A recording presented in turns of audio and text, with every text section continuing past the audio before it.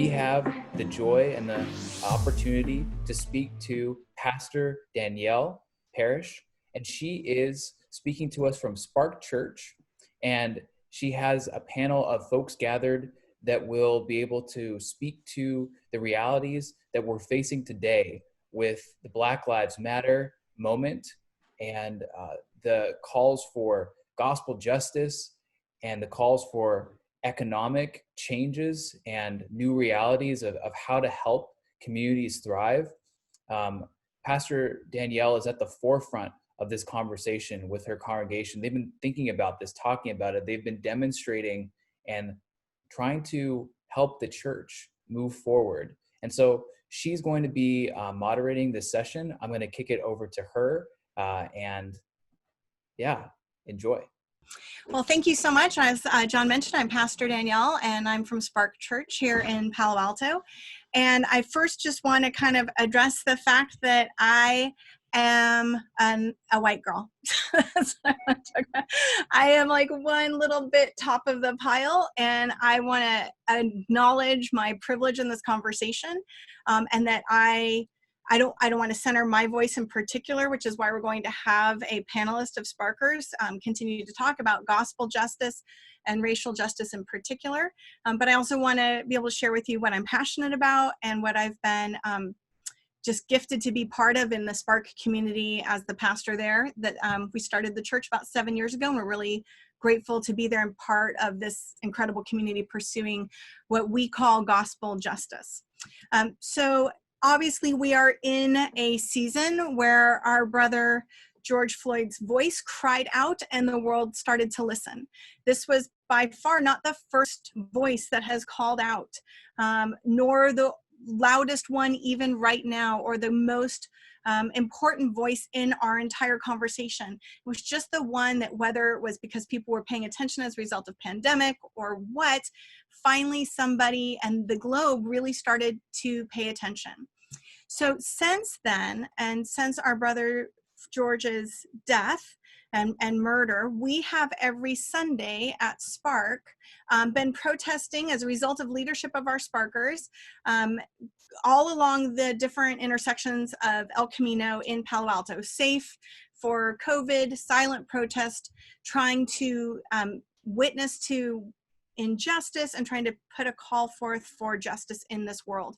We've been doing that as part of our Spark community, and the congregation where Spark rents space is a Jewish synagogue. I don't know if there's anything other than a Jewish synagogue. It's a synagogue named Congregation Eitz Chaim in Palo Alto, and their leaders and rabbis and friends of ours have also been coming and demonstrating with us on that corner. We've been really grateful for that. So as a result of that, I think Nicole Dickens, this amazing Sparker of ours and part of the Passion Talk community and leadership, asked us to share a little bit of how we got here and what has shaped our pursuit of gospel justice and what made these protests, as well as lots of others, sort of the natural next step for our community as followers of Jesus. The first thing I'd like to draw your attention to is that when we started Spark Church 7 years ago, plus now, we created this community based on these 5 values together. The values that drive Spark are love, reputation, reconciliation, rescue, and resurrection. And you can see that those 5 values have further explanations that you can go on our website and look at. But I would just like to let you know that everything that we do at Spark is seen through this lens, seen and measured through the lens of these values. Like, is that something that loves God and loves our neighbor?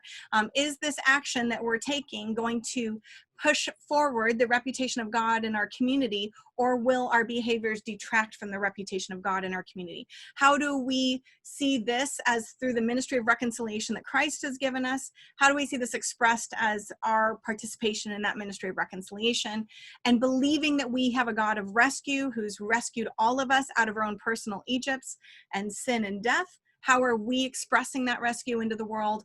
And then how do we express, yes, the incredible, miraculous belief that God can even bring life from the dead? So that is what we gauge everything on. And I would say the first thing that really would be a question as we think about Spark taking certain actions for gospel justice is we would ask, Does it meet our value set? And the way that we got these, they weren't just like ideas that we thought, oh, that sounds nice, or really like, Silicon Valley or whatever it might be. We got them from the Bible. So very quickly, as then we kind of give a platform for where we get our ethic of gospel justice and these values living out in our community and in the world, let me take you all the way back to in the beginning. Very much Spark lands on a grand narrative and a large conversation, sort of like 30,000 foot view of the scriptures. And so we try to take everything as a whole. And from the very beginning, we see that God has said, let us make humankind in our image according to our likeness. And then God says, that's very good, right? After God has made this, has made all of humanity. So from the very set of the very beginning of the scriptures, we are told that every human being we encounter on the face of this earth is made in the image of God, in the likeness of God, and then we would honor that creation in the other person. So from the very beginning, we honor the divine in one another, we honor the creator in one another, and we start to try our very best to see God's handiwork in the other person. In the garden, then, at the very beginning, as image bearers, we are given the job right away to guard, to keep, to protect. And yet, very quickly, after a sneaky snake incident, as I'm sure you're all aware of, within just a few short verses, short chapters, we have the first death and the first murder, right? This first death, this first murder is a brother against a brother. So from that very point, we would see at Spark, because of how the Bible teaches, that every loss of life taken, every life taken from the hand of a human being to another hand of a human being is fratricide, right? It is brother against brother, brother against sister, sister against sister, that we are seeing siblings take one another's life.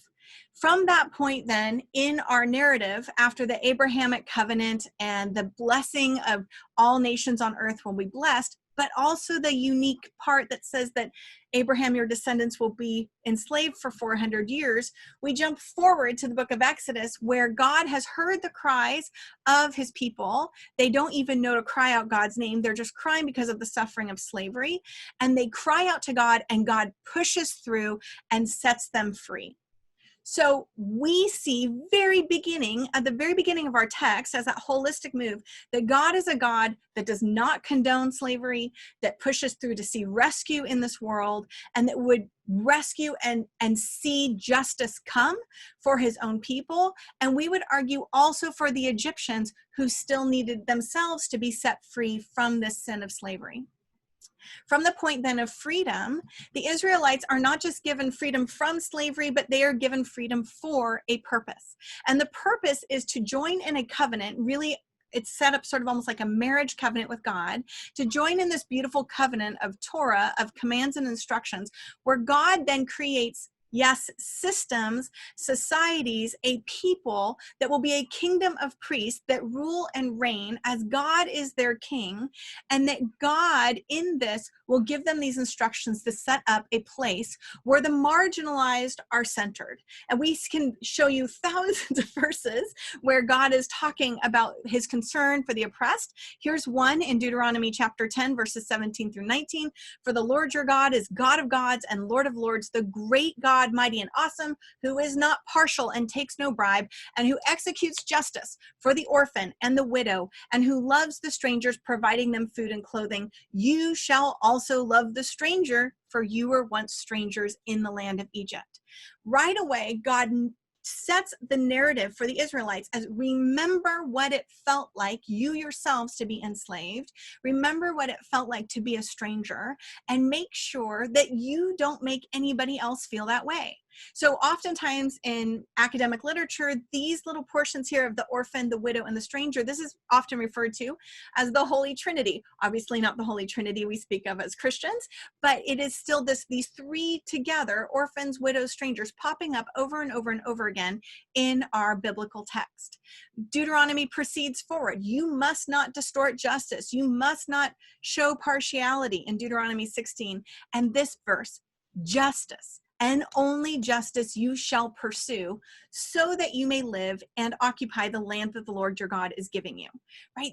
This is a covenant that we are engaged with God, that we had promises to keep, that we would pursue justice, and that would be first and foremost in our mind as we create this community that God has called us to.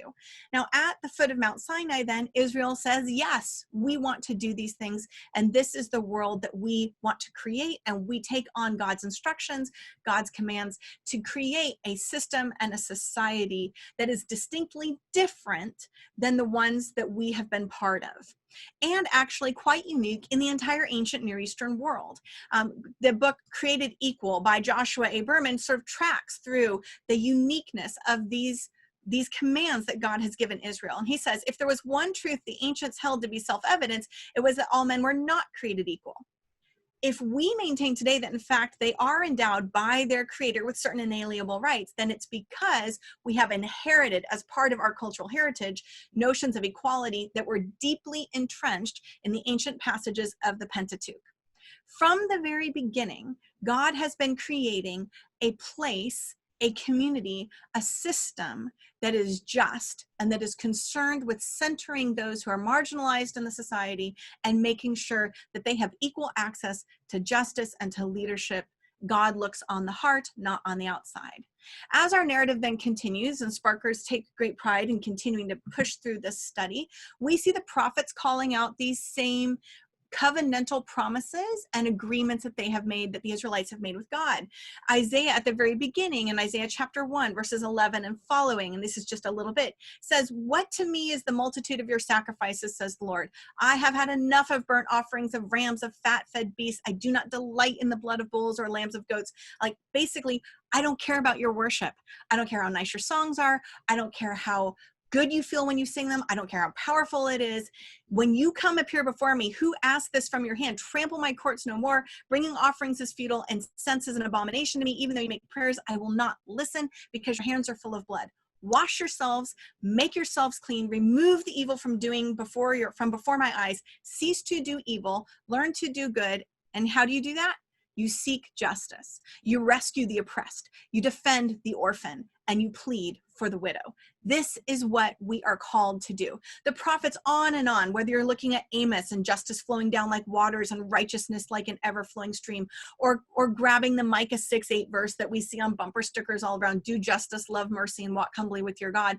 We see over and over again the prophetic response to Israel not fulfilling their covenant is to call them back to the ways of justice, because these are the ways of the Lord our God who brought us up out of Egypt.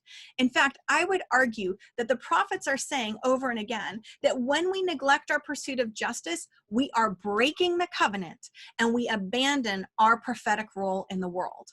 And I would like to submit that we have done that today too as the church. That when we have neglected our pursuit of justice, we've broken our covenant promises with God, and we've abandoned and lost our prophetic voice and role in this world. Jesus continues in this prophetic line, doesn't he? Now, I have to say that as we started Spark, one of the things that was a deep shaping of our starting of this community was the fact that my husband, Kevin, and I have spent a lot of time in the Middle East. We've lived in Jerusalem and Israel. We've studied there. We've traveled throughout the Middle East. And the more we studied Jesus in historical, cultural context, the more compelled we became by this good news and gospel and by this prophetic call for justice. I don't want anyone listening to think, oh, they're in California, therefore they're in the Bay Area and they're a little bit Berkeley adjacent, and that's why they have these progressive values or this pursuit of justice. We are not primarily shaped by those values, though of course we're in this context. We are shaped by the biblical call for justice and by the person of Jesus. In Mark chapter 12, Jesus is asked, what is the number one commandment? And we say this every single Sunday at Spark because Jesus says it and we want to follow him. And he says, hear, O Israel, the Lord is our God, the Lord is one. Love the Lord your God with everything you've got, with your heart, with all soul, with might, and love your neighbor as yourself. He says the second is like unto it. We see all of the values of Spark expressed in this full commandment. And that first word, hear, O Israel, the word hear in Hebrew is Shema, and it can mean listen, pay attention, but it also has the connotation of obey. Now, we recognize that we fall short of this all the time, but this is our aim and our goal, to follow the commandments of Jesus and to try to pursue our way through this biblical practice. Jesus over and over again continues to call us to actual action steps in care and concern for the marginalized and the oppressed. And not only does he call us to love our neighbor, but very unique to the person of Jesus, he calls us to even love those we would consider enemies, because when we do so, we are like God who loves all. And Jesus says, greater love has no one than this, than to lay down one's life for one's friends. So a sacrificial call of love, an understanding of what is happening for your sister, for your brother, that is what is pursuing and pushing our call for gospel justice. Of course, Jesus's sort of penultimate expression of all this is in Matthew 25, when he says, whenever you don't care for the hungry, the thirsty, the imprisoned, the sick, the oppressed, you don't care for me. And whenever you do these things, you do care for me. So in all of that, that is sort of the anchor and the girding for how we pursue these things. We see in the life of Jesus that Jesus goes to those on the margins, he listens to those on the margins, learns from those on the margins, advocates for those on the margins, loves those on the margins, invites those on the margins, invites them to lead, invites them to have their voices centered. He invites them to join us and join him in loving all of those on the margins, including ourselves, and building his movement with those on the margins. And so our call really at Spark is, will we follow him? And of course, then pursuing for the rest of our text, we see in the epistles with the Apostle Paul, this incredibly radical statement that in Christ, there's neither Jew nor Greek, slave nor free, male nor female, all one in Christ Jesus. We see calls for justice in the book of James. If you really keep the royal law as found in the scripture, that Shema, the love your neighbor and the love your neighbor as yourself, you are doing right. But if you show favoritism, you sin and are convicted by the law as lawbreakers. I don't know right here, racism is showing favoritism. It is systems that are set up that put certain persons, in our context, white male, up at the top of the pile, and then build a system around that. The Bible calls this sin and says that when we do these things, we have shown favoritism and we're convicted by the law as lawbreakers. So for Sparkers, we have seen that the gospel and justice are inseparable. We hear that call of James, who says, what good is it, my brothers and sisters, if someone claims to have faith but has no deeds? Can such faith save them? Suppose a brother or sister is without clothes and daily food. If one of you says to them, go in peace, keep warm and well fed, or I would say the prayer and accept Jesus into your heart, but we don't do anything about their physical needs, what good is it? In the same way, faith by itself, if it is not accompanied by action, is dead. We see that loving our brother and our sister, loving our neighbor, loving those we perceive to be enemies is a call of Christ that should change the world around us and should change our very lives. And it is how we fulfill the gospel. We understand that as we are made in the image of God, descendants of Abraham, heirs to the covenantal promises of God, disciples of Jesus, called to obey and bring about the gospel, we'll ask the question, am I my brother's keeper? Way back to that first fratricide, brother against brother death in Genesis. And the answer we would say is yes. Yes, we are. We are our brothers and our sisters' keeper. The gospel is inseparable from justice. And in fact, I would argue that the gospel, good news, does not happen if justice is not happening. Now, we can have all the theological debates about seeing justice in the world to come. And yes, when we pray, your kingdom come on earth as it is in heaven, that is our anticipated promise. But that should not pull us aside from the good work of gospel justice in this world. So when we pursue justice, we are doing through these lenses. So what now? How do we continue to do this, not just as Spark, but as larger communities? So I would say that our first step is to repent. We must first acknowledge the fact that we have been beneficiaries, participants. The church in particular, the white evangelical church in particular, has much to repent for, and then to start to remember the cloud of witnesses that have come before us, to remember that we are part of this ancient tradition stretching all the way back to Abraham and before, where we are created in the image of God, called to do good things in this world and created for these good works. When we stretch back in this cloud of witnesses, we don't only remember and study the people of the text, we remember those in the early church. The apostate Julian emperor, the apostate Julian, he was the last Roman emperor that was a non-Christian. And he was angry with the Christians. And he said this about the Christian community: nothing has contributed to the progress of the superstition of the Christians as their charity to strangers. The impious Galileans provide not only for their own poor, but for ours as well. Julian blamed Christianity's growth on the generosity and the justice work that Christians in the Galilee were doing. And then to leap way forward, we can skip several 2,000 years of history, we'll find that in our own American church history, there have been Christian fathers and mothers who have made justice work inseparable with the proclamation of the good news of Jesus Christ. Charles Finney declared in 1934 in his sermon that, it should be 1834, that he could not recognize men as Christians if they trafficked in the bodies and souls of fellow men. And he refused as early as 1833 to allow slaveholders to commune in his church, saying, I do not baptize slavery by some soft Christian name if I call it a sin, and its perpetrators cannot be fit subjects for Christian communion and fellowship. This was in the early 1800s. We have to remember Sojourner Truth, who called out the need to see the slaveholder set free as well as the slave. Lucretia Mott in the late 1700s and 1800s, who said, I have no idea of submitting tamely to injustice inflicted either on me or on the slave. I will oppose it with all the moral powers with which I am endowed. I am no advocate of passivity. Lucretia Mott, Sarah and Angelica Grimke, who said that this slavery sin is the sin which the church is fostering in her bosom in 1836. This is leprosy over which she is casting the mantle of charity to hide, if possible, the putrefying sores. Can you any longer, with your eyes fixed upon the cross of Christ, plant your foot on his injured representative and sanction and sanctify this heart-breaking and soul-destroying system? We have brothers and sisters over and over again in our family of Christ who've called out and demanded that the proclamation of Jesus means equal justice for all. We have brothers and sisters who laid down their lives for the Jews who are being assassinated and annihilated in Germany. We have in our own most recent history civil rights heroes, John Lewis, Martin Luther King, and so many others who marched and said that this is the love of God. This is the love that transforms. This is how we see the beloved community that Christ had talked about. So we remember our roots. And that's one of the ways that we can remember and pursue this gospel justice. We listen.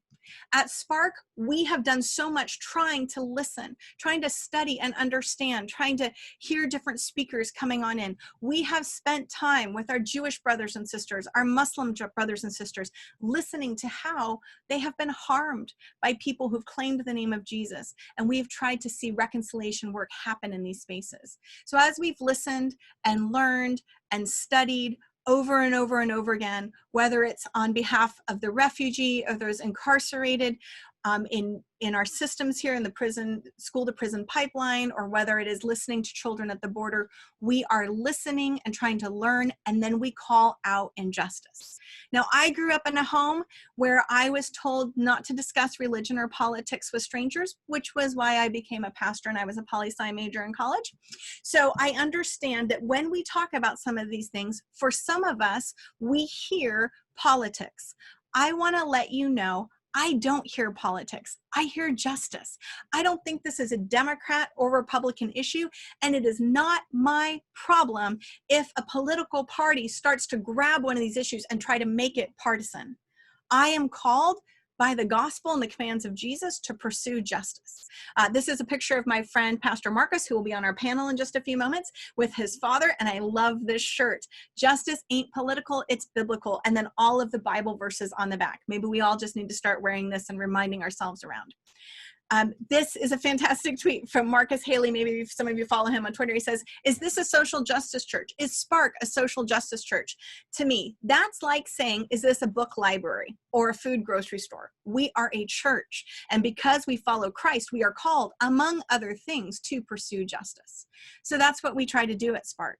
We try to pursue justice, whether it is trying to show solidarity for those killed worshiping at a Bible study, whether it is to show solidarity for those who are being discriminated against because of their faith, or those who are being held out in difficult situations as a result of war or climate change or whatever it is, and unable to find refuge. Wherever it might be, we are going to find ourselves standing there. So what I want to encourage us all to do is to embrace discomfort and to get brave. This is not easy.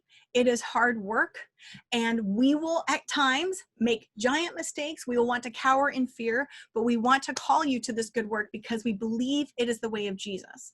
And then once we have done these things, we're going to encourage everybody to repeat it again and again and again.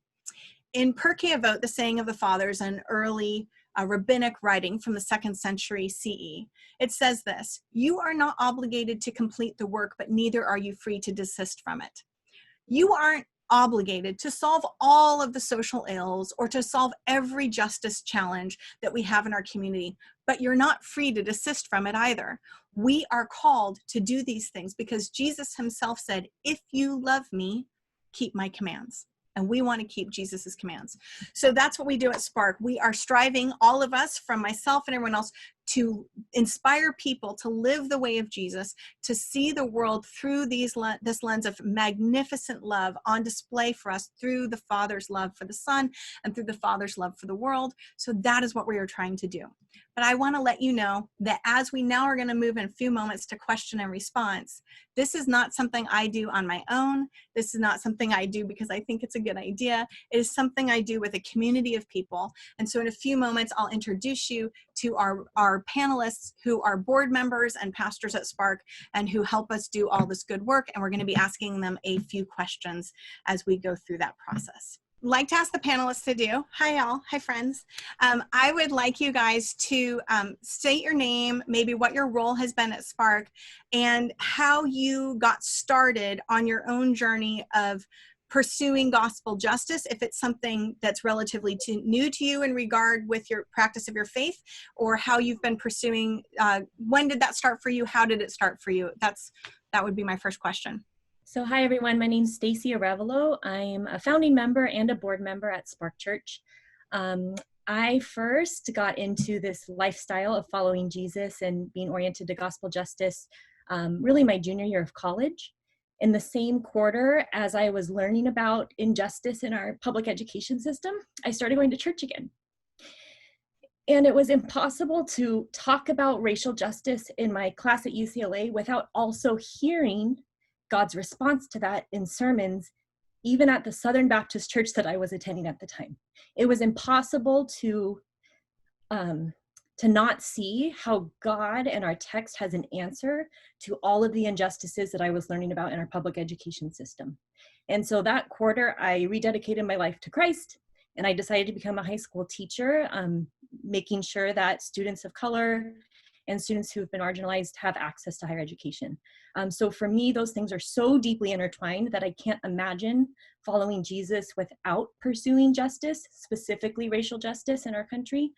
And I can't imagine being a teacher in the context that I am without having Jesus to show me the way and to give me a community of people who are striving for a world that looks very different from the world today.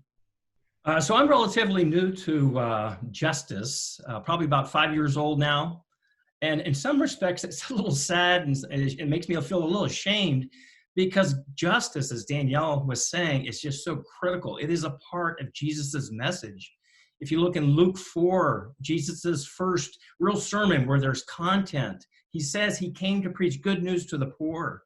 And the poor wasn't just those who are economically disadvantaged, but people who were on the margins, people who were oppressed, people that didn't have privilege. And so I went to a church, and it's a good church. I went to a white evangelical church. We emphasize Matthew 28, 19, and 20. You know, let's make disciples. And that is good. We should. And so that's a lot of evangelism. We talked a lot about being filled with the Spirit, love and kindness and patience. All that is good. But justice was lacking, and it's just critical that we have to have it. So fortunately for me, I have people that speak into my life. And so you see Stacy that just spoke, or Marcus who just spoke, and so many other people who have told me their stories. And if you hear these stories, you realize that there is something wrong in America. There really is. It's racism, it's sexism, it's anti-Semitism. And I feel, as a person of faith, it is my moral obligation to stand up and say something. I came to Jesus about, it'll be 20 years. Jesus, like, wow, coming to know Jesus in October. And I kind of went through the typical, like, evangelical phase and, staunch kind of just, party line. However, what also like, I could never escape the fact that I was Black. And it always felt subtly that there was aspects of the culture that were kind of asking me to forget or lay aside being Black in my experience. And that never sat well with me. It never sat well with me. And there's also a little bit of a balance because of the way it was presented in the political evangelical culture. It was like presented in ways like, oh, being in these particular circles, like, makes you a sellout, and that you're it feels like you're caught between two worlds. And as far as like justice goes, you just keep pushing. And I oftentimes say that really 2008 was a pivotal moment for me, as far as like making some true qualitative decisions. And it really wasn't like the election of Barack Obama. It was actually the passing of Prop 8 in California. And it wasn't so much as that I was like a party line, like with same-sex marriage, but part of me just on a real rational, let me separate it, being a church for a second, was like, I don't understand why we as a church, as an organization, went so hard for a law that was between like two consenting adults, and like the government just wants to acknowledge it. Like, I literally, like, it just never kind of sat well with me. And then, you saw the picture with my father, that shirt. Pops was a typical teenager in the late 60s. So he was almost like Black Panther-ish, but not Black Panther. But he would tell us stories about, riding in the back of the bus when he was like 5 years old, and his experiences, and my maternal grandfather would tell me stories. Mom would tell me particular stories too. Part of the questioning also came from the fact that they always had us reading books about Black history. So I never, except like something inside of me, and I definitely think it was Jesus, could never separate like the justice and radicalism, and certain teachings, because just as we mentioned, Dr. King, very interesting. Like, even as I got older, I'm like, the Dr. King that I was kind of told about, and the Dr. King who gets celebrated is different. It's just different. And so but definitely he was a man driven by his faith. And so, so those are kind of like what has poured into justice, and then sparked, opportune time, opportune place, and hey, love them. And so definitely fit with that vibe. I mean, it's hard to answer a question that's already been answered for you. I mean, I would echo and plus one what everyone else has said. I guess the only other things that I'll add to that is that I have two philosophies, I suppose, that really radically transformed my faith journey. One was that all truth is God's truth, and I don't remember where I picked that up from, but many years ago, that radically shifted what I was supposed to learn and what I was not supposed to learn when you grow up in more fundamentalist circles. So when you learn that all truth is God's truth, then there's nothing that you have to be concerned about learning if you want to discover who God is. And then the second, a philosophy that dovetails with that I picked up a couple years later, was that the opposite of fear is not courage, but curiosity.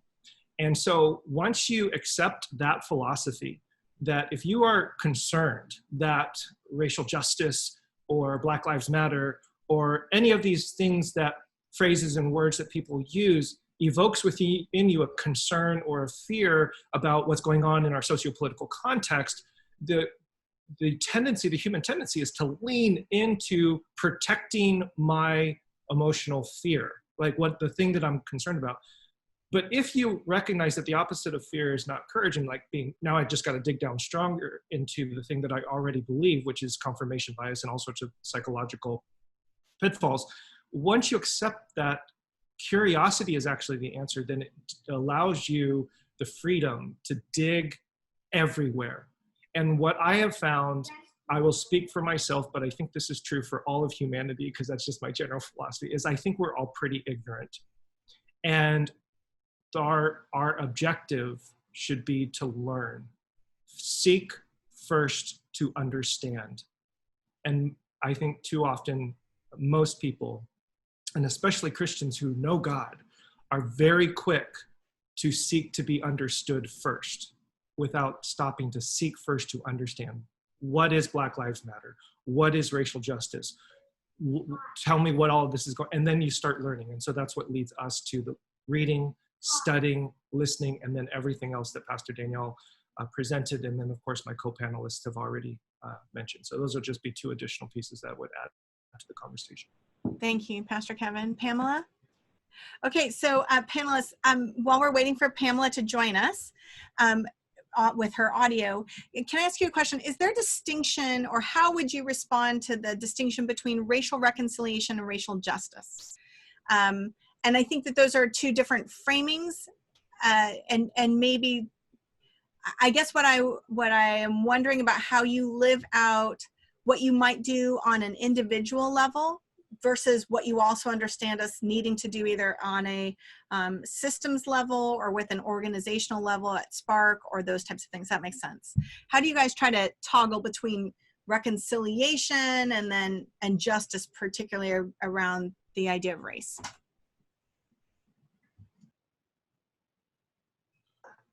Who wants to go? I would, if you were to do some sort of categorization, justice is the overall umbrella of what we might think about of our work. Reconciliation, reform, conversations, all that stuff falls under that umbrella. How different people engage with this particular topic could all fall under the umbrella of justice, because justice is that kind of all-encompassing term. Biblically, justice could also mean charity. So you're giving a strong sense of charity to one another, which means that you are welcoming their ideas and their thoughts, and your graciousness to one another, etc. And then reconciliation, of course, is to bring things back together, that which is broken. So reconciliation, in my mind, has a much more biblical thematic idea to it, that which is broken, again, going all the way back to Genesis. And then justice, I mean, Danielle already said it all. Justice is the system that we want to establish. I think the reason why I wanted to ask that is because I think sometimes, oh, Pamela, are you with us? Great. Yeah. Okay, so please introduce yourself and then tell us about how and when you started forming your pursuit of gospel justice, and particularly within relationship of the church as well with your faith. So I am also a founding member and part of the board and part of the prayer team and a lot of other things at Spark. My journey for gospel justice and racial justice is there is no beginning. It's a life journey. This isn't something that was offered by choice. This is something that's just part of who I am and part of my family. It's been with dealing with the challenges that I've seen my parents deal with and advocate for me as I was growing up, and as a Black woman dealing with different biases and struggles for people, to see me for who I am instead of, the color of my skin. And also as a parent, advocating for not just my kids, but all kids to be treated fairly, to be understood for who they are and the inner person that they are. So, and I also connect with, other communities that are also faced with racial treatment and biases. The thing that resonates, though, for me is being a part of Spark, a church that's willing and open to listening, learning, and understanding the challenges of all people. That's not the case in many of the places that I have have gone to throughout my Christian life. And so it means a tremendous amount to be able to worship with a body that I can bring my whole self. And I can talk about all of the challenges that I have as a Black person in the Black community. And I can also use that to understand others within the congregation who have similar challenges. One of the things that I found out as we had our book club discussions and just the conversations, the many conversations that we've had, is that we have so much more in common than we have that's different. And so embracing those challenges and being able to stand together as a congregation and as a team has really been a turning point, I can say, in my Christian walk and having a body like this. So it means a great deal. Thank you all for sharing. I am reflecting on the responses that you all gave and how beautiful and fascinating it is that so many Christians, non-Black Christians or Christians that are not persons of color, perceive this as optional or something that, I kind of got into it like it's like a Christian fad at some point. Like I used to go to this kind of church, but now I'm going to this kind of church and maybe I'll go. Whereas I think Pamela and Marcus both beautifully illustrated, if you are born a minority in our culture, it is not something you get to choose. You don't get to decide someday that you might be concerned about justice or racial justice or racial reconciliation. It is a calling that you are enlisted into right away as a result of the way that our society is functioning and working. So I just call out even the question has so much privilege behind it, right? Like, when was it something you became awakened to or decided to pursue or decided to be part of your walk with Christ? And that typically, not always, but often can come from people for whom it's just not been a pressure point or an examined need in their life to have to find a church or find a faith community or a body of believers in which these realities can be talked about, prayed about, and tackled in those communities. So actually, it's one of the questions that's come through. It's, while I agree that justice is biblical, our culture seems to have unfortunately turned it into something that's political. So what do you think is a good starting point for conversations to have with Christians who don't put the two and two together, right? That justice is actually a biblical issue and not a political one. And I'll just say first, like, read the Bible. Like, I don't know but like, if you read it, chronologically over cover to cover, and you're doing so with some study, a guide, you can find these things right away. But maybe there's some of our favorite resources out there that we could kind of toss out. I'd love to hear from the panel. What first steps would you give somebody who's trying to have that conversation with that brother or sister in Christ, but who's not yet made the connection that the pursuit of justice is good news, right? That is the proclamation of the gospel as we proclaim Christ. Who would like to go first? Kevin, are you nodding? You have some resources you'd recommend? Go ahead. You know me. I'm always ready. Yeah. I'm going to say something that I think is going to possibly vote me off the island. We're already there. But you mentioned, read the Bible. So that's step one. But there's also another factor. I have this blog post, podcast idea in my head. What's the number one context that nobody ever talks about in Bible college and in seminary? And it's the most important context when it comes to interpreting these passages and interpreting Jesus. So if you take a hermeneutics class, you're going to learn about cultural context, historical context, linguistic context, grammatical context. You're going to learn about all that context. And the one thing I was never taught in seminary is that I have a context. My particular lens that I bring to the Bible is also shaping how I view the text and what it is saying and what it means. And nobody has ever taught me that. That was something that I had to pick up reading literary scholars and just other philosophers and stuff like that. And once you recognize that, so if somebody has a commitment to Jesus, I would actually ask the question, who is this Jesus and what does that Jesus stand for? Because oftentimes we can actually have a commitment to something other than Jesus and then put the Jesus and Christian label on it. You can actually have a commitment to a political party or to a particular ideology, and then you put Jesus on as the label on that. And you're not actually worshiping or following the historical person of Yeshua, ben Yosef of Nazareth. You're actually worshiping your own idea. It's what's called totemism in sociology, that you erect a pole that is a representation of your traits and values, the things that you find worthy, and then you worship. It's basically self-idolatry. And so when I have conversations, or if I were to ever have a conversation with somebody who says that they're committed to Jesus, I would actually want to ask, is it really Jesus? And again, back to the curiosity question, this is why what we have found ourselves in is to do the historical work and ask the question, who really was this person that I'm claiming to follow?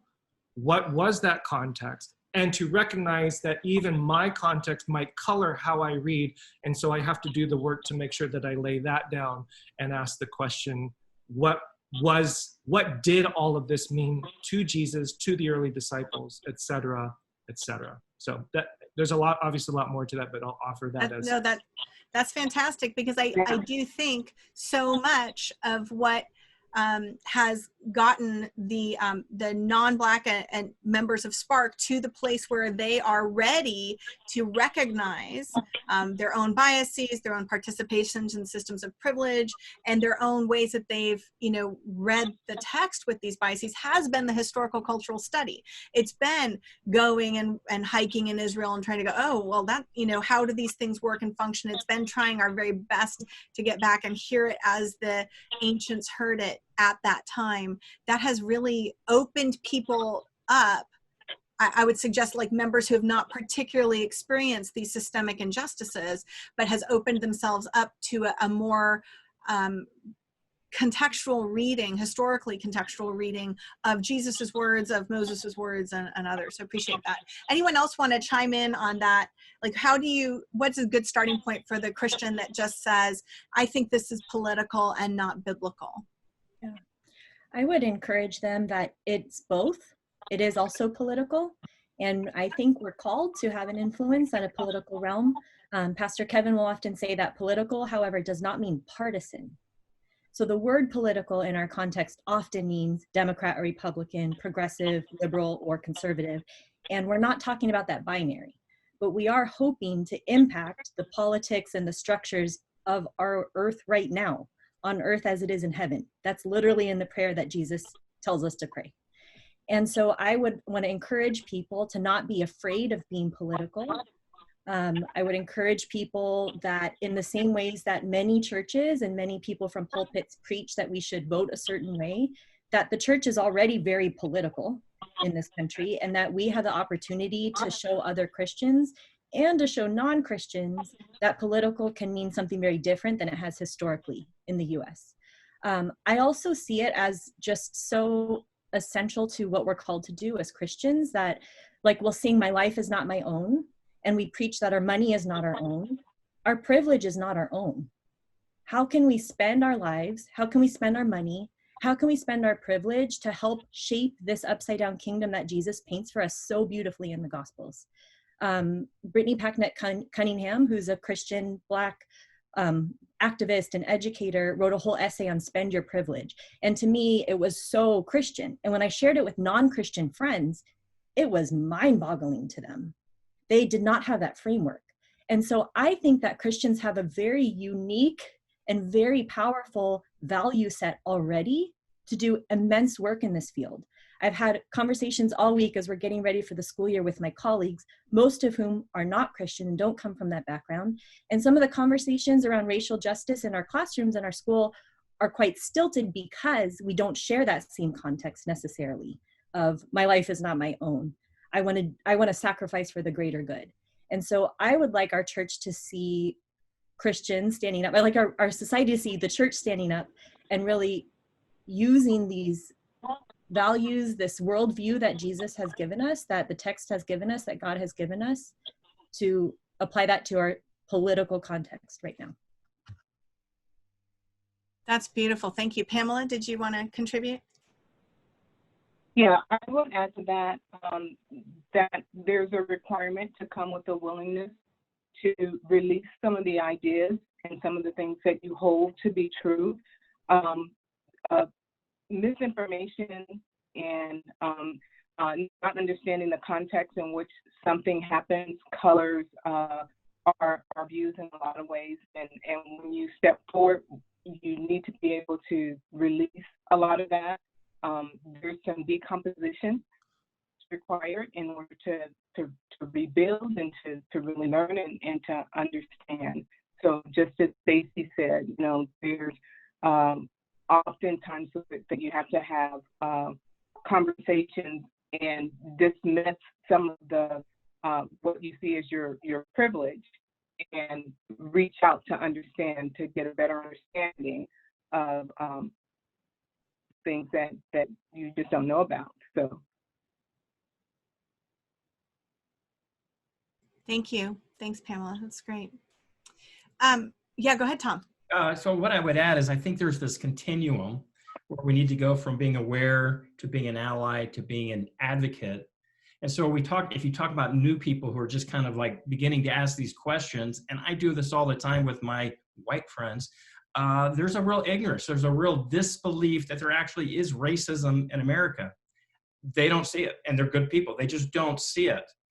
They believe in meritocracy and individualism. And if you work hard and you really persevere, you will succeed. And there's a lot of truth in that, but there is obviously, well, I say obviously, but there are systems that are not helpful, that harm and hurt people of color, that they don't have the same ability necessarily to achieve what a white person is because of the systems that are there. So to your question, what should happen? I think it's about learning and reading and hearing from other voices besides what you have been hearing. Whether it's Michelle Alexander in The New Jim Crow, that'd be a great book. Jamar Tisby, The Complicity, talking about the color of compromise and how racism has been in the church here in America from the very beginning. And if you haven't read it, it's stunning and amazing and true. And so I think for many people, it's just getting that first step to recognize when our friends of color say there's racism, we need to get enough facts so we know they're not crazy. There is racism, but we need to study and get through that awareness phase to actually begin to engage in helping to stop it, to become anti-racist. Thank you, Tom. That's great. We have a couple of other questions coming in, and I just wanted to, I think we have time for a few more. So one is the question of like, how do we see the modern white evangelical church continuing to participate in systemic racism? And then what specifically would we be repenting for as that church? What is that call? And then the other question is like, since the Civil Rights Act and Fair Housing Act and others that have restored the legal rights of Black Americans, what systemic racism remains that needs to be legislatively overcome? So those are two questions that have come in, and we can probably address a few of those if you would like. I think just a quick note is, Tom, what you've already said is that there are some books and resources that are out there that follow this through. So at Spark, we didn't just all of a sudden, start to try to convince our congregation to take justice action seriously. We studied. We read The New Jim Crow together by Michelle Alexander. We did racial reconciliation, racial justice conversations that were hard and where people had to make mistakes and people had to forgive and apologize and all of the things in between. There's been so much hard work that got us to places of these conversations, having Jamar Tisby come, Austin Channing Brown come, all of those points. I would just say there's a temptation for, at least I found within the Caucasian and white community, to either deny that it's happening or only believe that it's happening if it's happened to a Black person that we know, right? Like, so it's only if it's close to me somehow that then it is legitimized. And I hope that we are able to move to a place where, as Pastor Kevin said, like sort of a holy curiosity and a willingness to step into empathy and compassionate listening and really try to understand what has been happening, whether or not it's happening to somebody that we know, right?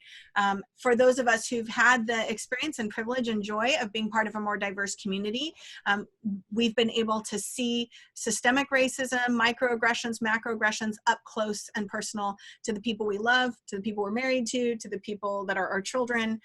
But it shouldn't take that for Christians, brothers and sisters, to believe that it is happening. We shouldn't have to witness it personally. We can believe what our brothers and sisters are saying. And to that end, then, as George Floyd cries out, as Breonna Taylor cries out, as so many have cried out that we have seen their lives taken, this is something that we have witnessed, and we don't need to call it into question as to whether or not it's happening, or whether or not, if you're looking for an example of systemic racism, then there it is, right? That is still something that needs to be addressed. Or as we talk about the Voting Rights Act and everything else, that we're seeing systemic oppression of Black and brown members of our society and marginalization of their votes and everything else in 1,000 other ways. But if somebody else wants to chime in here of the ways that we might be able to start to, like maybe we just take on the church one. What is something that the church has done that needs repenting of?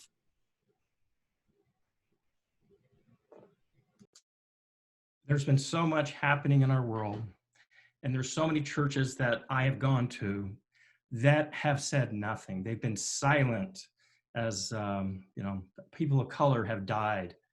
And so in terms of my hope and prayer is that these churches say something, they step up and not be complicit in the problem. So are they doing anything? No, that's the problem. They're not speaking up and helping to recognize the problem.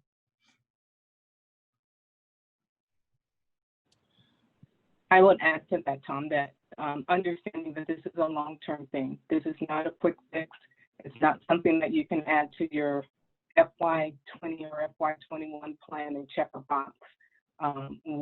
It's something that you have to stand up and commit to and make a part of who you are, and be in it and involved in it for the long term. It has to be ingrained in part of the nature of your church. One thing I would like to add is it's interesting that we bring up that particular legislation passing of 19 Civil Rights 1964 Act, because I would argue that who's benefited greatly from it. I think that I find it interesting that the challenges to things like affirmative action, or the challenges to those laws, begin to happen right after the first recipients begin to establish some type of base. And then you have these attacks, but you have these attacks for people who are just now getting their footing, whereas other groups, like there are other groups of Americans who came in shortly after the 1964 Civil Rights Act, who really hit the ground running, who could choose where they got to live, who weren't like systematically held down from things like redlining. And then you could look at you could move to areas and then look at the outside area and go, oh, what's wrong with them? Why don't they just get up and move? And not understanding that the systems, that's systematic. Like, I don't think people understand, folks don't choose to live in rough neighborhoods. Like 9 times out of 10, they want to get out, but they don't choose that. I also would say, on a very basic level, just ask yourself like a real kind of common sensey question. If enough Black people, and I can only speak from the Black context, of a certain age, say, hey, when I was 11, 12, or 13, I was walking down the street or I experienced police brutality. And they're Christians and they're trying to move it. At least ask yourself that question, like, why would they say that, and what's their visceral reaction? And on another note, just on a practical matter, when's the last time you saw Black people in America on the wrong side of history? Just on a practical note, just on some real, slavery, civil rights, just the wage gap, Just when the last time you saw black people, you know, we was real wrong about that, you know, just on some basic stuff. And this is coming from churches that have church communities that typically actually have a lot of the main kind of conservative values that they actually may be pro-life.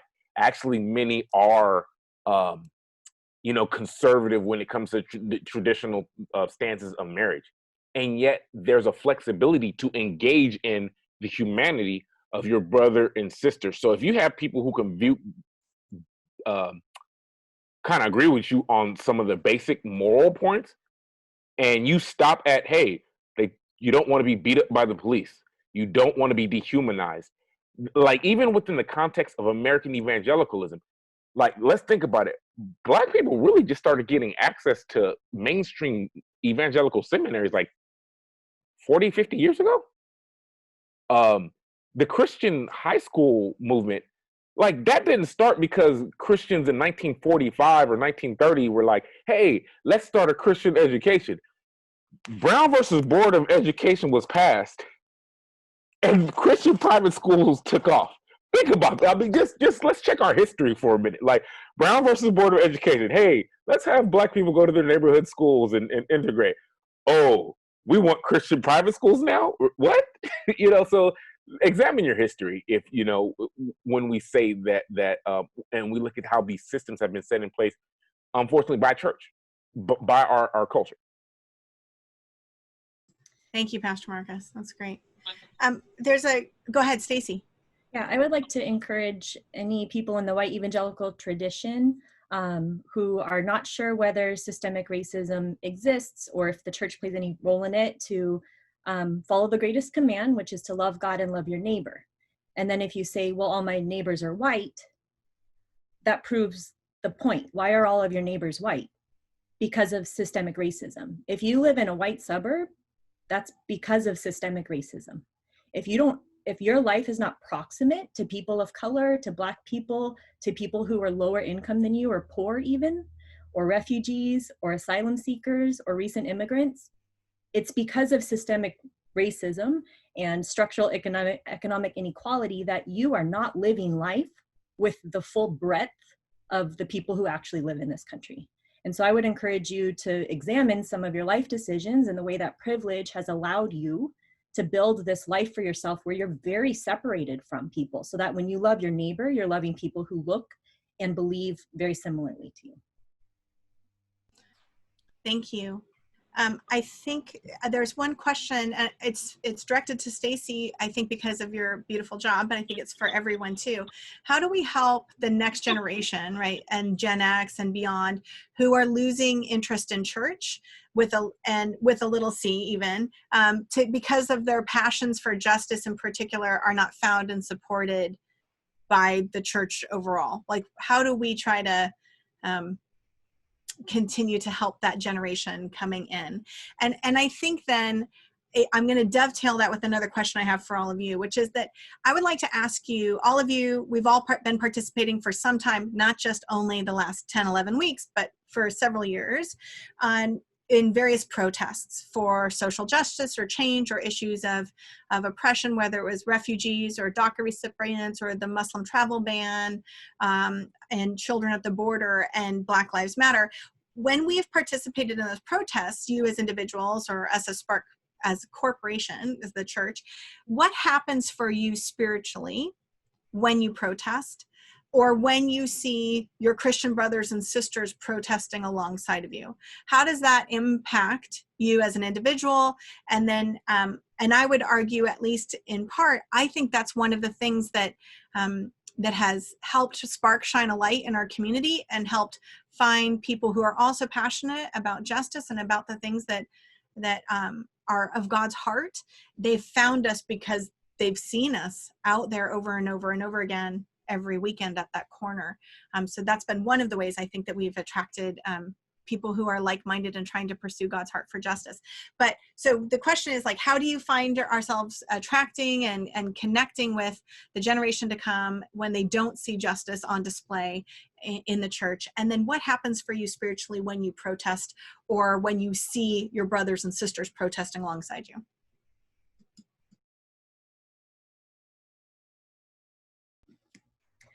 So first, for the first question about reinvigorating younger people's interest in the church, religion, all of those things, the trite answer is just live out your values, and they'll be curious about why you do something.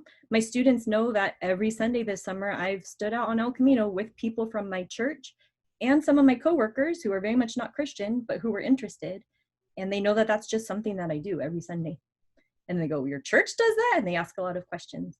I would recommend doing a justice study, just going through the Bible, reading all those verses on Marcus's dad's shirt and figuring out what does this mean for us today.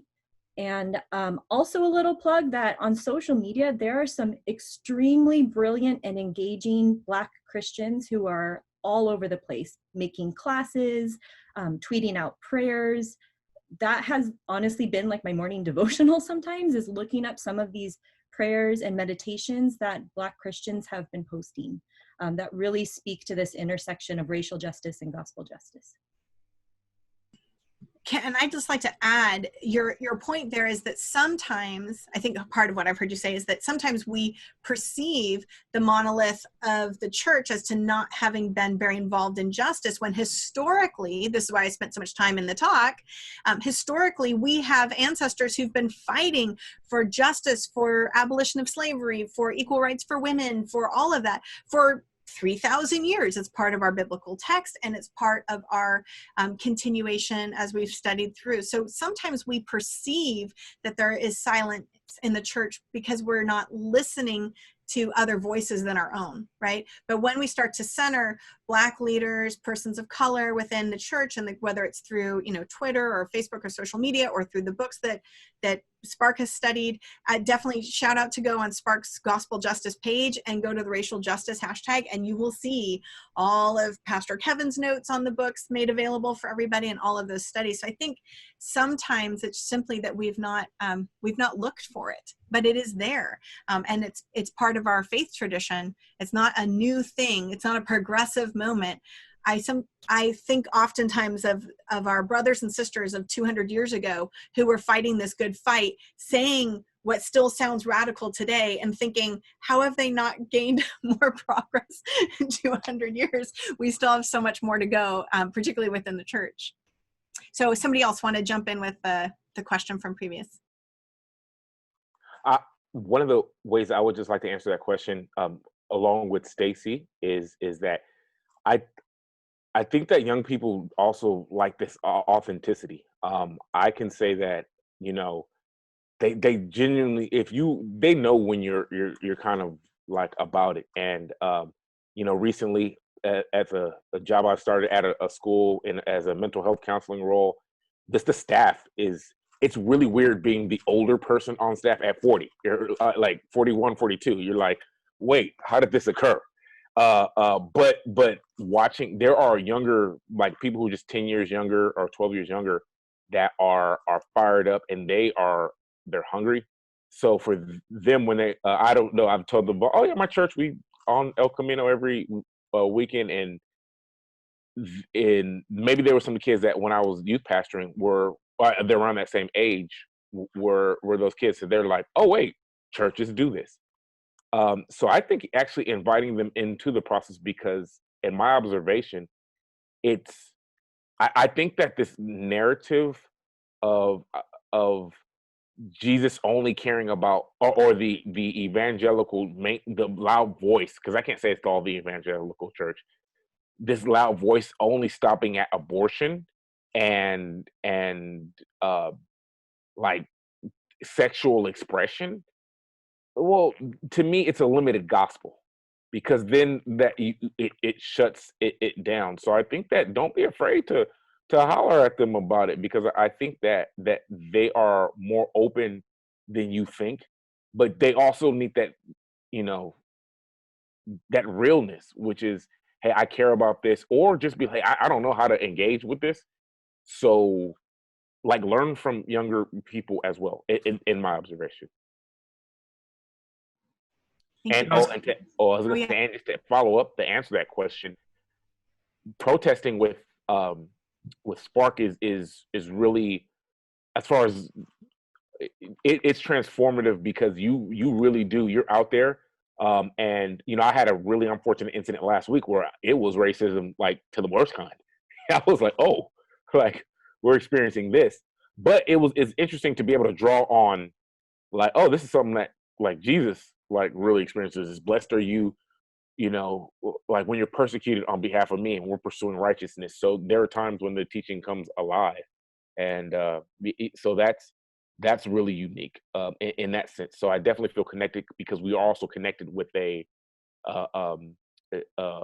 synagogue, and again that reconciliation, that value, and we're pursuing it together. So I definitely feel Jesus in that, in those moments. So I would add to that. Definitely, we just need to stay engaged. Jesus didn't hang out in, you know, in the synagogue. I mean, or not the synagogue. He didn't. He was out and about talking to people and listening to people. So the important part is the engagement, because we are the church. And if we can connect to the younger generation and give a voice to what we're thinking, but also, as Marcus is saying, listen to what the challenges, the ideas, the influences are of the next generation. It's all about building relationships. People come to a church because there's an established relationship or an established value. So keeping that channel open and being involved in some way. And as far as the protest is concerned, the protest is a way of having your voice be heard, whether it's standing on the corner in silent protest, or it's being a part of a march, or it's making statements on social media, or it's being involved in some kind of training. We have to find ways of making sure that our voices are heard through all channels. So for me, just seeing the participation and the solidarity of all of the sparkers that are out there week after week, and for those sparkers who are not there but that are participating in other forms and other methods of support. And whether it's being a part of a book club, hosting a book club in your home and connecting to people that way, or being out there on the corner Sunday after Sunday, all of it counts. All of it counts. We have to all find a way that we can engage and impact in our sphere of influence, and sometimes stepping outside of those spheres to, you know, stand up and be heard. Thank you. So I would add that, yes, an affirmation to everything that everybody said. Just like people make divisions and walls of separation between groups and ethnic peoples, the very walls of separation that the church has been called to tear down, so too do we make those same walls between generations. And just as much as we suffer from racism, we also suffer from generational chauvinism. All the old people don't know what they're talking about because I'm new and innovative, and all the young people are just too stupid or young or immature. And that is also another bias and prejudice that I believe that the movement of Jesus calls us to really take to task in a serious way. So my daughter's telling me not to say stupid, so I do apologize for that. So in direct answer to the question, or response to the question, how do you get youth to engage, I think part of it again is to take a look at our own biases and our own prejudices against youth. I think especially within the church, when we have a very strong pedagogical philosophy that once I now have come to know really good theology, it's my job to teach that theology to the younger generation, when in reality, the dynamics of understanding theology actually come from a dual dialectic listening of what God is doing in this generation. Just like God was doing something in my generation and the older people, I was trying to encourage them to, hey, come on, let's get along with what God is doing here. Now that I'm older, I should not repeat that same cycle, and to recognize that the younger people also do have the Spirit of God within them. And not any in less measure because they are younger. And so I would also, in addition to everything that everyone else has said, add to that a perspective shift for how we deal with generations, very similar to how we deal with the divisions in racial and ethnic boundaries.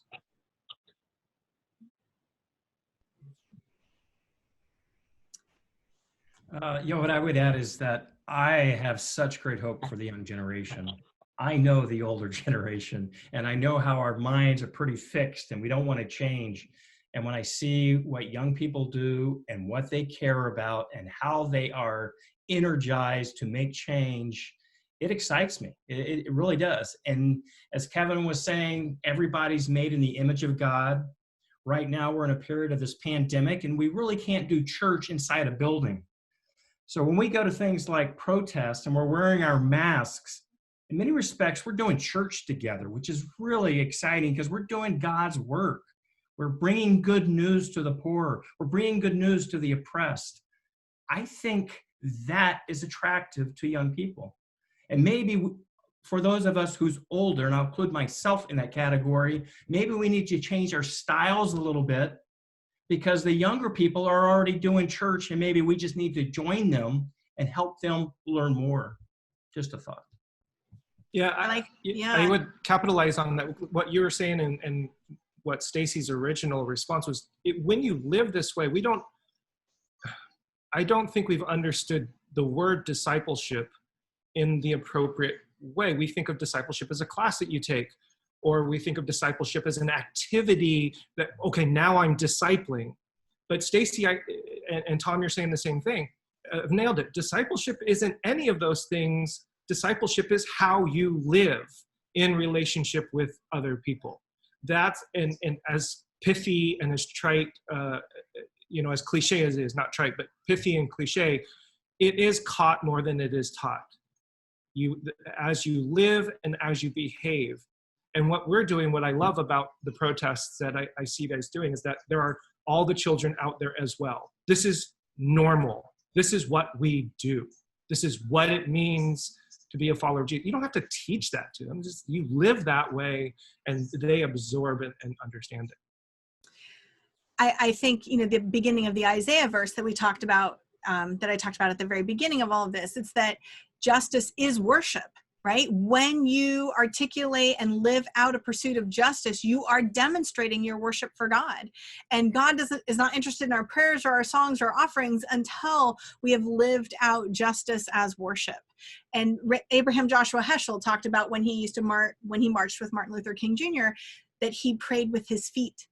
Right. So when we're out there every Sunday protesting, or at a variety of the other protests that we've been part of, we've asked the question often, because some of us are new to this type of social justice and action. Some of us have never done anything like this before. And this is the very first time and the very first church community that we've ever been part of that has sort of said, hey, we're all going to go stand on the corner and hold up some signs and try to be a witness. And the question has been, well, what changed? After we did all of that, what changed? I keep saying, we changed, right? Like our interior spiritual life changed. We showed God that we care about our neighbor. We showed our neighbors that we care about our neighbors. We show the people driving by, and I try to look as clergy and pastorally and as white privileged as possible while standing on the corner, because I want everyone to see it's accessible. But leadership in the church is, we care about these things. People who claim to follow Jesus, who claim to love God, love our neighbor, and love our enemy in that discipleship following, we are going to do this for ourselves and for our neighbor. And I think so much of how if I were a refugee from Syria, if I had children caged at the border, if I have, as I do, if I'm a mother with children of color and black daughters and a Asian American husband, if I'm in those situations, I want to know that the brothers and sisters in Christ care, that they care about me and they care about my family. So when we stand on the corner together, we're trying to put that justice and love on display. We're respectful, we're kind, we're following in the footsteps of the last several thousand years, but particularly the last 300 years of our country of trying to stand up for these things. And I'm hopeful that, yes, as the children are there with us, that they're watching, that this is what not just what justice looks like. It's what discipleship looks like. It's what Christianity looks like. It's that love looks like this when we stand with one another and we listen to one another, and we can go to bed at night knowing that we're the kind of people who are going to stand with our brothers and sisters as they suffer and cry out with them for justice and pursue justice in all of the very important systemic ways that are not only performative, right? But that is one of the ways in which we are trying to demonstrate our worship with our whole self. But that's not where it begins or ends. It's just one of the many things that we're doing as individuals and as a church.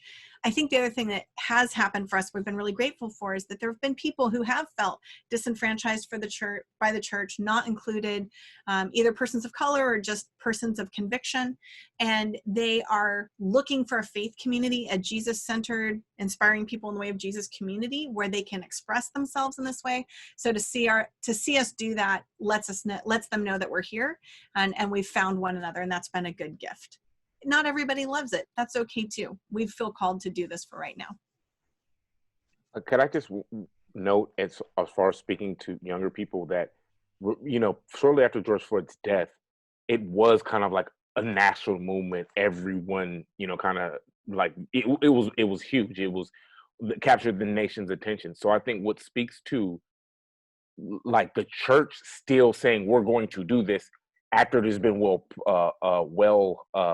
it's after it's popular, because I think there's clearly on a national level some of the movement has not so much as it's died down, but some of the crowd has died down. That the fact that there is a church still carrying the banner 10, 12 weeks after it was popular, that they're still doing it and doing it in community, speaks a lot, and that resonates deeply, because that means that the fight becomes beyond just this enraged moment, but it's really just a long enduring ethic, as it has already been said, of who we are and who the church is. So just that it's very powerful that a church is still able to be like, hey, long after everybody else put their signs down, we still got ours up, because this is just who we are. Amen. Thanks, Pastor Marcus. I'm going to turn it over to John. He's going to lead us in a close here. And thank you all so much for being here with us, and to all still listening on and pursuing justice. Thank you for being part of the conversation and wrestling with all the texts and the subject with us. We're grateful. Yeah, this is fantastic. I think we were sharing over Facebook and YouTube Live that really felt that this type of engagement is incredibly necessary. And so to hear that the conversation will continue is something that I know that I'm a fan of. I know a lot of other people will want to look into resources that you've mentioned today, will want to look into Spark and how they can participate alongside you, especially knowing that a lot of things are still shelter in place and online. And so, but there's also a lot of people in this area that might have a fresh ignited fire for gospel justice through this session. And so I would love to turn it over to you and ask everybody if there was a call to action, an immediate call to action that was something that you wanted people to do to participate with you all, some adventure to invite them on, some opportunity to come alongside. What would that be in short? Maybe we can go around. Everybody can just say, one thing. You've all mentioned a lot of things, great resources to check out, great steps to do. But if there's a final closing thought that you all would like to share. So thank you, John, for that question. I'm going to go back to something Tom mentioned that I think is really critical at this juncture. When white people or people of privilege learn about this and want to do something, that can actually be quite dangerous. Because what happens is, depending upon how far along the journey you've been, there is so much work that needs to be done. For example, we didn't even go into what privilege is, what fragility is, what white supremacy is, right? There's so much. And what Tom mentioned was awareness, and then activism. Allies, right. Yeah. So awareness, allies, and then activism and advocacy. And what we have found and what I have sensed is that white people or people who are in positions of privilege within a society want to immediately jump to advocacy. Why? Because they are comfortable and are familiar with being in positions of power to be able to do something. And so what may actually be the most important thing is to not do anything and to submit yourself under the leadership and the education of people of color, of Black voices, and to do that for a couple years before you, and that doesn't mean you do, I shouldn't say you do nothing, but the primary avenue for people who have been in positions of privilege and power is to humble yourself. Blessed are those who are meek, right? And, you know, God opposes the proud but gives grace to the humble. And so to humble yourself. So for me, the avenue is always reading and watching YouTube books, and then sitting down and having coffee and learning from somebody, you know, those kinds of areas. It is only from that particular position can your advocacy then actually become effective. Because if you don't do the hard work of those first steps, it can be really challenging. We didn't even talk about being uncomfortable. Like Melody Hobson has an amazing TED Talk on needing to get comfortable being uncomfortable. And that's something that a lot of people in positions of privilege are not used to. And it's really difficult to learn how to be on the uncomfortable side where you've made a lot of mistakes, where you don't know everything, where you have to learn from somebody else. You know, that can be really, really hard for some folks. So my opening salvo and contribution to your wonderful question is, think very carefully. Are you actually in a position of being able to do something, or maybe you just need to learn? Have you actually read Stamped from the Beginning, or Divided by Faith, or Color Compromise, or I'm Still Here? You know, that's like 101, step 101. Just pick up a bunch of books to read. Stacy's phenomenal at curating all these voices on social media, because I'm not on social media. I don't know anything about that, but Stacy can help you with that, right? And then get connected and just slowly start to learn. So I'm belaboring the point, but I think there. To hammer home what Kevin's saying is that also it is a spiritual journey. So the biggest thing that I think people make the mistake of is that, like, you know, you want to jump to point D, but don't want to go through steps B, C, and we're talking about a spiritual journey. Understand that even amongst those of us in the Black community who've had to live with this for a long time, you know, like, sometimes we're at like, depending on where you are, we're, again stated, master's level, where you still might be in first grade, you know, and give yourself patience and get upset, get angry, go through the guilt, because we're talking levels, not, you know what I'm saying, not progression. Like, you go through the process, and if you go through the process, you will be perfectly fine, and you will see, man, you will be able to identify with Jesus. I find an irony in that I think that Black descendants of slaves have always been able to connect with Jesus. We've always been able to connect with the story of people living underneath Roman oppression, facing injustice, and then yet to move through that with grace and humility, to forgive and love. Jesus is always connected with us, but like Frederick Douglass and many of the abolitionists point out, Jesus, you know, like, we've always seen this kind of disconnect between this religion or Jesus you've taught to us versus the one we actually connect with as a community and individually. So just allow yourself to spiritually grow. I would add, find a community, hopefully a Christian community, where you can go through the very personal and collective journey of understanding your own racial identity and understanding how other people's racial identities have impacted them. Actually, all of us here on this call were part of a group that met for weeks. It was actually between two books. So we didn't have material to read. We were the material. And we shared so openly and so vulnerably. It was the most intense Christian small group I've ever been part of.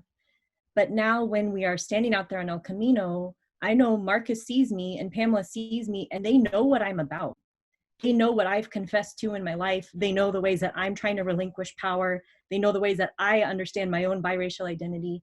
And so when I'm holding a sign that says Black Lives Matter and I see my Black Christian brother and sister, they know that I have done the work. I'm not just paying lip service to it. So I encourage you to have really honest, vulnerable conversations in the way that Christians are often trained to do about, personal sin and all these other things that racism is sinful too. And we can confess the blunders we've made or the ignorance that we've had for years in really holy ways. And another thing I would just encourage people that justice movements can always use your money, even if you're still learning. So research ways that you can support people who are really doing the work that you may not feel ready to do yet, because money means something in our world right now. And I would add, if you're going to church and the sermons are talking about racism and white supremacy and how horrific that is, you're in a good church. If you're in a church where they're not talking about it ever, you may want to talk to that pastor, because it's important. It's the context of today, and we live here today as Christians, and we need to be able to speak into it.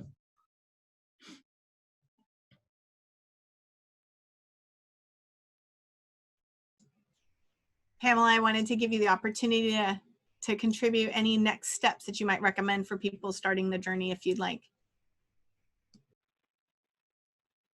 I would just say keep pushing on what you know, what you think you know. Keep open to the discovery process and connecting with others around you. Make yourself an advocate and befriend people around you. I think this is a community thing, and it's a lasting thing. So as Stacy said, part of the work is standing up and doing the work and being available, doing the reading, being out there and participating. That shows that you're in it, that you've taken this to heart. It's living out the way of Jesus, right? It's putting your feet where your mouth is and doing the work, just continuing to move forward. So, and I'm super encouraged by this conversation and all the people that are a part of it, because it gives hope. It gives hope in places where you would tend to give up hope and frustrations and all of that. So continue to push. Thank you, Pamela. I really appreciate that. I want to thank all of you, and thank you, John, and the entire Passion Talk team for your hospitality and your invitation for us to come and share a little bit about what we've been up to. I want to note that as Stacy was sharing, we had been all part of a racial reconciliation group for a long time, and I just want to say, like, as one of the white pastors in the room, I was not the leader of that group.